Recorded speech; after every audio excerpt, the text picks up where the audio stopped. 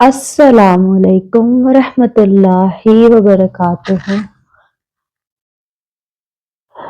मैं हूँ मिशाल यूसुफ और आज हम पढ़ेंगे मफ़हूमुल कुरान। मफ़हूमुल कुरान में आज हम पढ़ेंगे सूरत बकरा की फजीलत। सूरत बकरा कुरान मजीद की तरतीब के मुताबिक सबसे पहली सूरत फातिहा और दूसरी सूरत बकरा है। ये मदनी सूरत है। इसमें 286 आयात हैं और 40 रुकू। ये तकरीबन 2.5 पारों में मुकम्मल होती है। बकरा का मायनी है गाय, गाय हैं। आठवीं रुकू में हजरत मूसा अलैहिस्सलाम और इनकी कौम दरमियान मकाला हुआ जिसका मौजू एक गाय थी। सूरत फातिहा में इंसान अपने खालिक मालिक से दुआ करता है।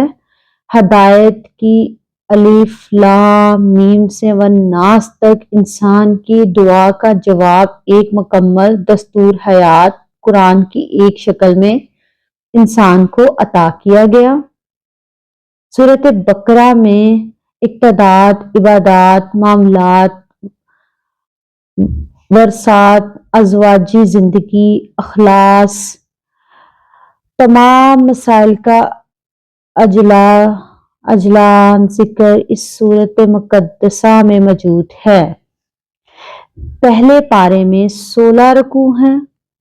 मोमिनीन की रहनुमाई हर तरह से की गई है और ख़ास मौज़ूआत जो इस सूरत में बयान किए गए हैं वो मदरजा ज़ैल है।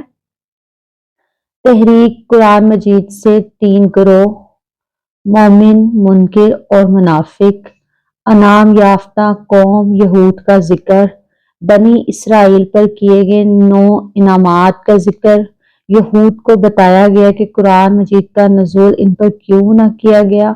आखिर में हजरत इब्राहीम अलैहिस्सलाम के फजाइल और इनकी दुआओं का जिक्र किया गया है।